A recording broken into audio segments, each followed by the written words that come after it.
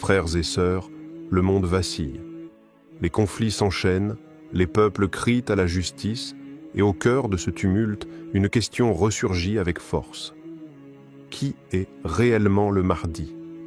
Des hadiths circulent, des récits abondent, mais que nous cache-t-on vraiment? Et si certaines vérités étaient volontairement dissimulées depuis des siècles? Aujourd'hui, nous vous révélons ce que peu osent dire, ce que certains savants taisent, ce que les hadiths laissent entendre, sans jamais le dire clairement. L'identité du Mahdi, comme vous ne l'avez jamais entendu. Avant de commencer cette exploration spirituelle inédite, abonnez-vous à La Foi islamique. Ici, chaque vidéo éclaire un pan de notre foi, avec sincérité, profondeur et passion. Bismillah ar-Rahman ar-Rahim. Ô Allah, maître des cieux et de la terre, toi qui fais descendre la vérité comme la pluie tombe sur les cœurs assoiffés, éclaire nos âmes de ta lumière. Fais de nous des témoins sincères de la vérité, et guide-nous vers ce qui te plaît. Amin. Partie 1. Le voile du silence.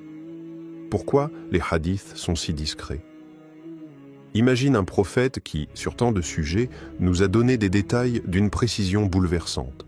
Sur la prière, le jeûne, le commerce, la purification, chaque geste, chaque mot, codifié, transmis, expliqué. Et pourtant, quand on aborde la figure du Mahdi, tout devient flou. Des contours, des allusions, des traits laissés à demi devinés. Pourquoi ce silence? Pourquoi cette discrétion presque suspecte? Ce n'est pas une négligence, c'est une stratégie. Ce silence n'est pas un oubli, c'est une brume voulue, une sagesse divine que seuls ceux qui observent avec l'œil du cœur peuvent entrevoir. Car révéler trop tôt le visage du Mahdi, c'eût été comme lancer un éclair dans une nuit encore trop jeune. Le monde n'était pas prêt, et certains ne le sont toujours pas. Il faut se rappeler qu'à l'époque du prophète, l'annonce d'un homme venu à la fin des temps, porteur de justice et de renouveau, aurait pu déstabiliser les structures mêmes de l'islam naissant. Le danger, que certains ne s'autoproclament Mahdi trop tôt, ou que d'autres ne cherchent à éliminer quiconque aurait ressemblé de près ou de loin à cette prophétie. L'histoire des faux messies et des imposteurs en est témoin. Alors Allah, dans sa sagesse, a permis que certains hadiths soient voilés sans être effacés. Certains compagnons, comme Hudayfa ibn al-Yaman, le dépositaire des secrets eschatologiques, possédaient des éléments troublants. Mais ils n'en parlaient qu'à voix basse. Certains récits furent transmis sous forme de murmures. Non pas parce qu'ils étaient faibles, mais parce que leur force était trop grande. Une bombe spirituelle dans une époque instable.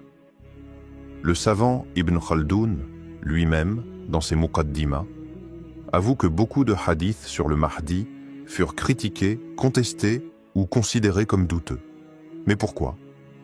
Était-ce parce qu'ils manquaient d'authenticité ou parce qu'ils dérangeaient un certain ordre établi? Des récits trop clairs auraient pu être exploités, manipulés, retournés contre la communauté. Il existe un hadith rapporté par Abu Saïd al-Khudri, dans lequel le prophète dit « Le Mahdi est de moi, il aura un front large et un nez aquilin. » Et pourtant, même ce hadith, aussi limpide soit-il, est rarement commenté en profondeur. Pourquoi cette retenue? Parce que le Mahdi ne doit pas être reconnu avec les yeux, mais avec le cœur. Sa venue n'est pas un spectacle, c'est une épreuve. Certains savants ont parlé d'un secret eschatologique, une vérité préservée par les pieux comme un feu sacré, transmise seulement à ceux jugés dignes. Car chaque communauté est éprouvée par son propre espoir. Les Juifs par le Messie, les chrétiens par le retour du Christ. Et les musulmans, eux, par l'attente du Mahdi, une attente qui peut devenir une prison ou une libération.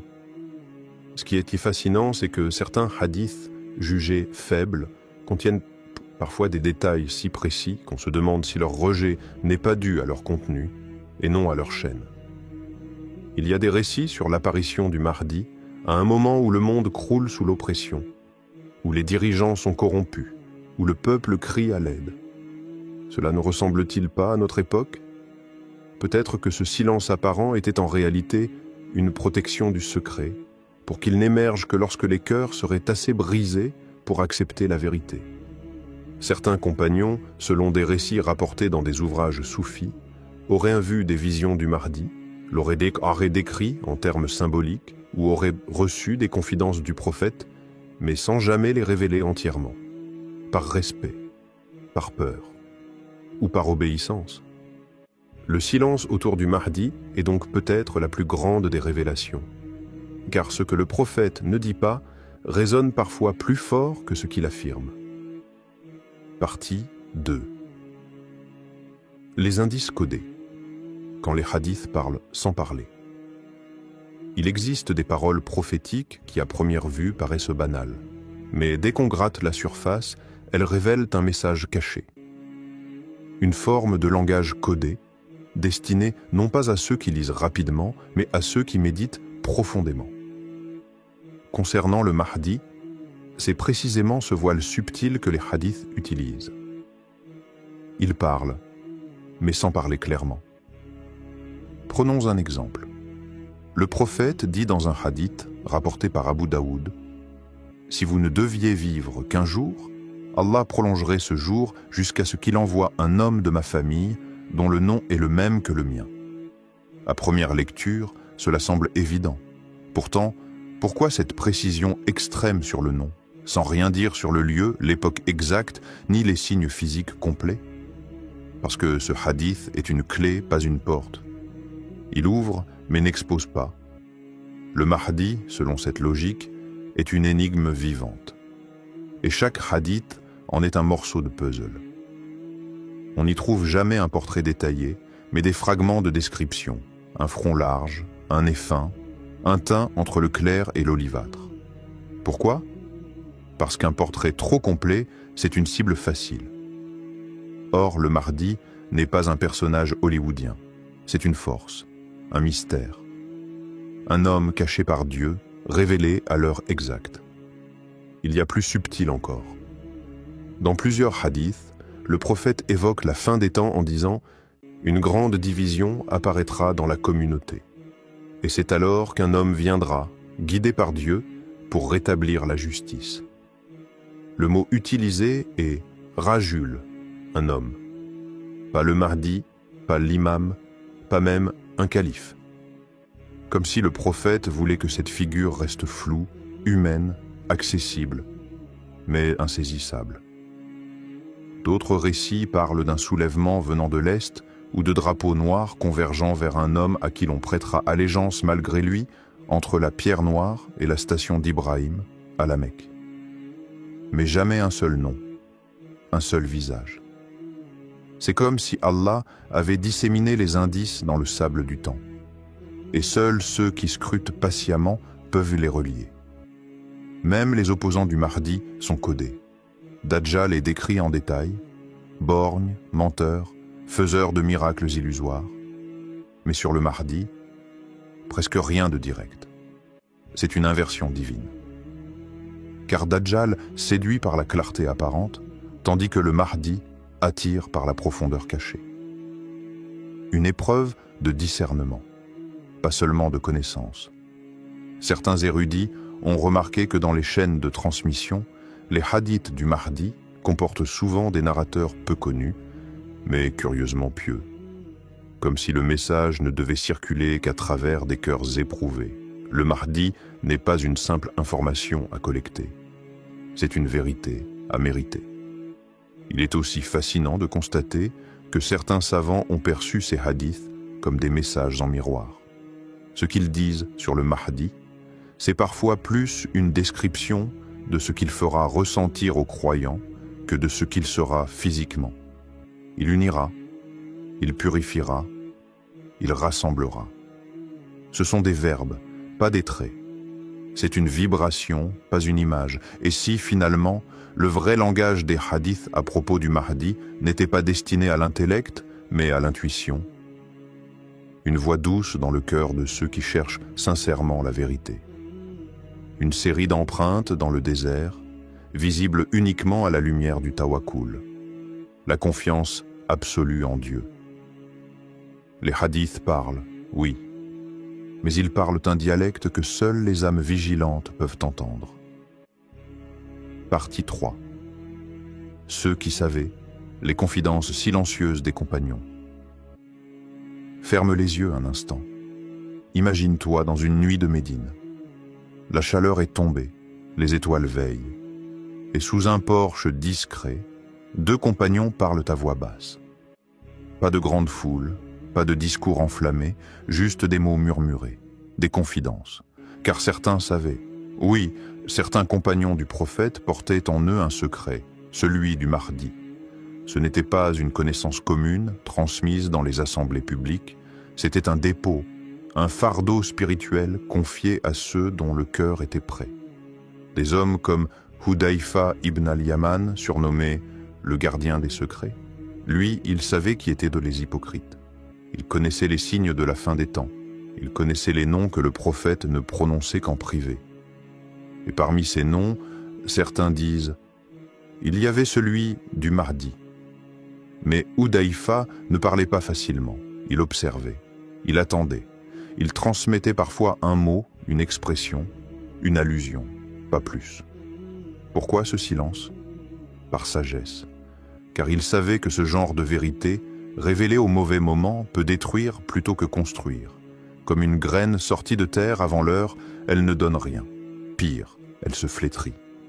Il y a aussi Ali ibn Abi Talib, le lion d'Allah, le dépositaire des sciences profondes. Dans certaines traditions transmises à travers les chaînes chiites et soufis, il aurait prononcé des paroles étonnantes sur un homme de sa descendance qui rétablira la justice après que la terre ait été emplie d'oppression. Était-ce le Mahdi? Beaucoup le pensent. Mais Ali, fidèle à son style, a souvent enveloppé ses vérités de symboles, d'images, de métaphores. Les compagnons n'étaient pas ignorants, ils n'étaient pas confus. Ils étaient prudents. Un savoir trop explosif doit être manié avec précaution. Certains l'ont consigné dans des écrits qui ne furent exhumés que bien plus tard. D'autres l'ont confié à des élèves, des maîtres spirituels, dans des chaînes de transmission silencieuses. Pas dans les bibliothèques, dans les cœurs. Et que dire d'Abdullah ibn Mas'ud, ce géant de science? Il a rapporté des hadiths troublants sur les bouleversements de la fin des temps, sur l'apparition d'un homme que les gens suivront spontanément sans qu'il ne demande le pouvoir. Il disait « Lorsque les gens verront son comportement, ils sauront. » Une phrase simple, mais lourde. Car cela signifie que l'identité du Mahdi ne sera jamais annoncée. Elle sera reconnue, intérieurement. Il existe aussi des traditions où certains compagnons auraient vu le Mahdi en rêve. Des rêves transmis, commentés, interprétés à demi-mot. Car on ne joue pas avec les symboles célestes. Ces rêves ne sont pas des films à raconter. Ce sont des signes pour ceux qui veillent. Un rêve véridique, disait le prophète, est une partie de la prophétie. Alors pourquoi ce silence? Pourquoi ces compagnons si proches du prophète, si instruits, ont-ils gardé ces connaissances dans l'ombre?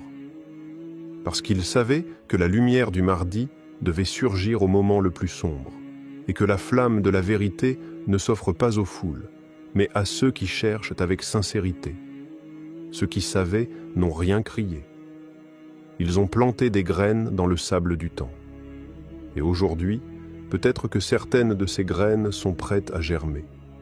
Pas dans les bibliothèques, pas dans les débats, mais dans les cœurs qui battent au rythme du rappel d'Allah. Partie 4. La stratégie divine. Pourquoi l'identité du Mahdi ne peut être révélée trop tôt? Il y a des vérités qu'Allah protège, non pas parce qu'elles sont trop faibles pour être exposées, mais parce qu'elles sont trop puissantes pour être révélées avant l'heure. L'identité du Mahdi appartient à cette catégorie. Ce n'est pas un mystère par oubli, mais un secret par sagesse. Une stratégie divine, subtile, invisible, mais absolument parfaite. Allah est Al-Hakim, le sage.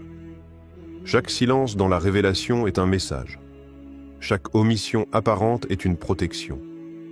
Révéler l'identité du Mahdi trop tôt aurait ouvert la porte à ce que les âmes faibles ne peuvent supporter. La confusion, les impostures, les troubles. Imagine, si son nom exact, son visage précis, son lieu de naissance avait été clair, combien d'usurpateurs se seraient dit levés? Combien auraient manipulé ces signes pour revendiquer une autorité qui ne leur appartient pas? L'histoire en témoigne. Des dizaines d'hommes, à travers les siècles, ont prétendu être le Mahdi. Certains sincèrement, d'autres par orgueil ou ambition. Mais tous ont échoué. Car la vérité ne se prend pas. Elle se manifeste quand Allah l'ordonne. La stratégie divine, c'est aussi de tester les cœurs. Le prophète nous a avertis, les épreuves de la fin des temps sont si redoutables que celui qui dort croyant peut se réveiller mécréant. Dans cette obscurité, Allah ne donne pas des certitudes extérieures. Il donne des repères intérieurs. Pas un nom, mais une lumière. Pas une localisation, mais une vibration spirituelle. C'est pourquoi le Mahdi ne se reconnaît pas dans les journaux. Il se reconnaît dans la sincérité. Il se manifeste à ceux qui ont purifié leur regard du monde.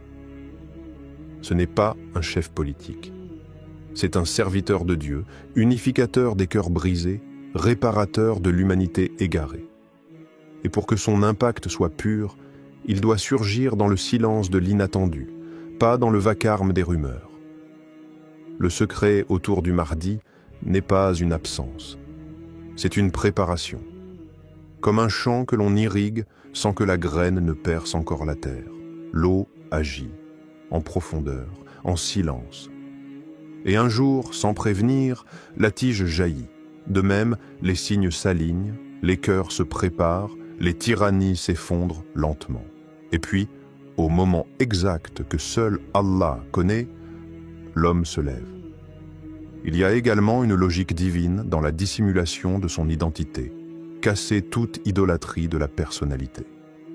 Dans ce monde où l'on adore les images, où l'on suit les hommes plus que les idées, Allah a caché le Mahdi pour que l'on suive son message et non son apparence. Il n'est pas un prophète. Il est un miroir du prophète dans les derniers temps. Et on ne s'attache pas au miroir, mais à ce qu'il reflète. Enfin, il faut comprendre que cette stratégie d'occultation protège aussi le Mahdi lui-même. Car même s'il est élu, il reste un homme. Et les hommes, avant leur heure, ne sont pas prêts à porter le fardeau de toute une Ummah. Allah l'éduque, le forme, le purifie, loin des projecteurs. Comme Moïse fut formé dans le désert, comme Joseph fut éprouvé dans le puits, le Mahdi, lui aussi, est façonné dans l'ombre. Car seule l'ombre peut produire une lumière pure. Quand le temps viendra, il n'aura pas besoin de se présenter. Les vrais croyants le reconnaîtront, pas parce qu'il se proclamera, mais parce que tout en lui résonnera avec ce qu'ils attendaient au fond de leur âme. Partie 5. Et s'il était déjà parmi nous? Les signes que vous ne voyez pas. Et si tout ce que tu cherchais était déjà là? Et si l'homme que tu attends depuis des années, l'envoyé du dernier espoir, le sauveur promis, marchait aujourd'hui dans une rue que tu connais, priait dans une mosquée voisine, vivait dans l'anonymat, à 2 pas de ta vie? Est-ce que tu le reconnaîtrais? Ou passerais-tu devant lui sans jamais lever les yeux? Le Mahdi, ce n'est pas une légende qu'on attend comme on attend une éclipse. C'est une réalité imminente, une pièce déjà posée sur l'échiquier divin. Peut-être même que son réveil a commencé. Pas dans les médias, pas dans les théories, mais dans les secousses invisibles du monde. Les guerres, les injustices, les clivages sociaux, les effondrements moraux, tout crie. Le temps approche. Mais toi, es-tu capable de le voir? Car le Mahdi ne sera pas ce héros en armure dorée, débarquant sous des trompettes. Il sera humble, méconnu, incompris. Il ne viendra pas séduire les foules, il viendra les réveiller. Et qui aime vraiment être réveillé? Peut-être est-il déjà en train d'observer ce monde comme un veilleur dans la nuit. Peut-être est-il en train d'apprendre en silence, de prier pendant que d'autres dorment, de pleurer sur la misère du monde pendant que d'autres festoient. Peut-être qu'en ce moment, pendant que tu écoutes ces paroles, lui aussi écoute. Mais dans une solitude que personne ne comprend.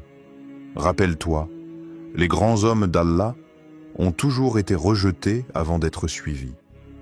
Noé fut traité de fou, Abraham d'idolâtre, Moïse de sorcier, Jésus de rebelle.